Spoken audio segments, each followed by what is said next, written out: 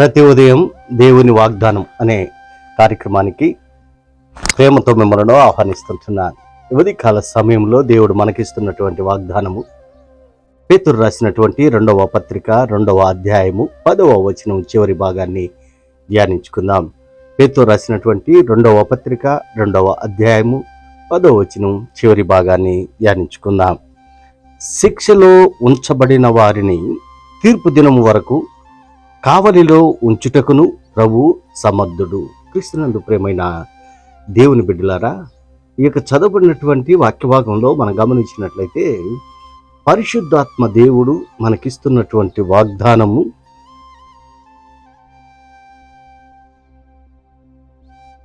శిక్షలో ఉంచబడిన వారిని తీర్పు దినము వరకు కావలిలో ఉంచుటకును ప్రభువు సమర్థుడు.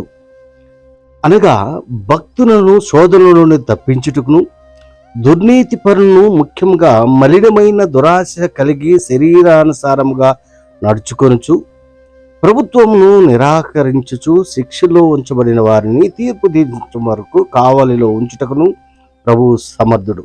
మీరు తెగువ గల వారును స్వేచ్ఛాపరులున్నై మహాత్ములను దూషింప వెరవక ఉన్నారు. మరి అపోస్తలుడైన పేతురు ఈ యొక్క పత్రికను రాస్తూ ఇక్కడ 2 రకములైనటువంటి మరి తీర్పులను మనము ఇక్కడ చూస్తూ ఉంటున్నాము.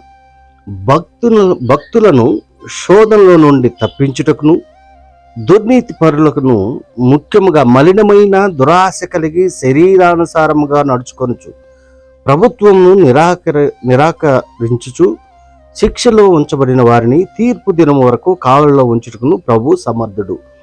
దేవుని యొక్క శక్తిని ఇక్కడ బయలుపరుస్తూ ఉంటున్నారు. 2 రకములైనటువంటి తీర్పులు ఉంటున్నాయి.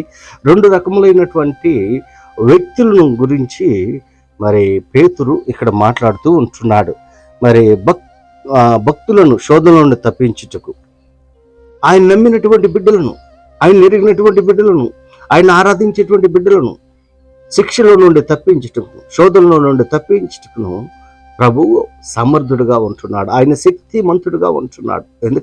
ఎందుకనగా ఆయన బలవంతుడైనటువంటి దేవుడుగా ఉంటున్నాడు. దేవుని యొక్క శక్తిని ఇక్కడ బయలుపరుస్తూ ఉంటున్నాడు. క్రీస్తునందు ప్రేమైన దేవుని బిడ్డలారా, దేవుణ్ణి ఎరిగినటువంటి బిడ్డలుగా నీవు నేను ఉన్నప్పుడు మన బాధలను, మన కష్టాలను, మనలను ఇరుకుల్లో నుండి, ఇబ్బందుల్లో నుండి విడిపించుటకును, తప్పించుటకును శక్తిమంతుడుగా మన దేవుడు ఉంటున్నాడు.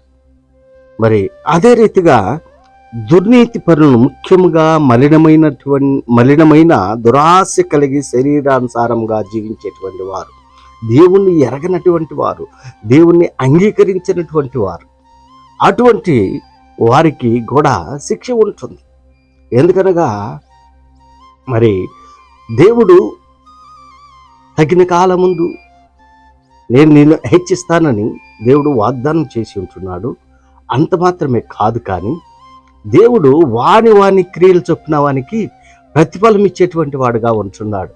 మరి నీతిమంతులుగా మరి ఎంచబడినటువంటి వారికి నీతి కిరీటమును, మరి దుర్నీతి విషయమై ఈ లోకానుసారంగా జీవించేటువంటి వారికి మరి ఆయన తీర్పు తీరుస్తూ ఉంటున్నాడు. ఈ లోక మాలిన్యాన్ని అంటించుకొని, అనగా ఈ లోకంలో ఉన్నదంతా కూడా నేత్రాశ జీవఫుటంబంగా ఉంటున్నది. ఈ లోకానుసారంగా అనేక మంది జీవిస్తూ ఉంటున్నారు. దేవుని ఎరగకుండా, దేవుని నామాన్ని మహింపరచకుండా దేవునికి దూరంగా జీవిస్తూ ఉంటున్నారు. దేవుణ్ణి అంగీకరించకుండా జీవిస్తూ ఉంటున్నారు. అటువంటి వారికి తీర్పు ఉంటుంది అని ఇక్కడ పేతురు హెచ్చరిక చేస్తుంటాడు. ఆయన సమర్థుడుగా ఉంటున్నాడు, శక్తిమంతుడుగా ఉంటున్నాడు. ఎందుకనగా ఆయన సర్వశక్తి కలిగినటువంటి దేవుడుగా ఉంటున్నాడు. క్రీస్తునందు ప్రేమైన దేవుని బిడ్డలారా, దేవుణ్ణి నమ్మినటువంటి బిడ్డలుగా నేను ఉన్నప్పుడు ఆయన్ని మహింపరిచేటువంటి వారిగా మనం ఉండాలి.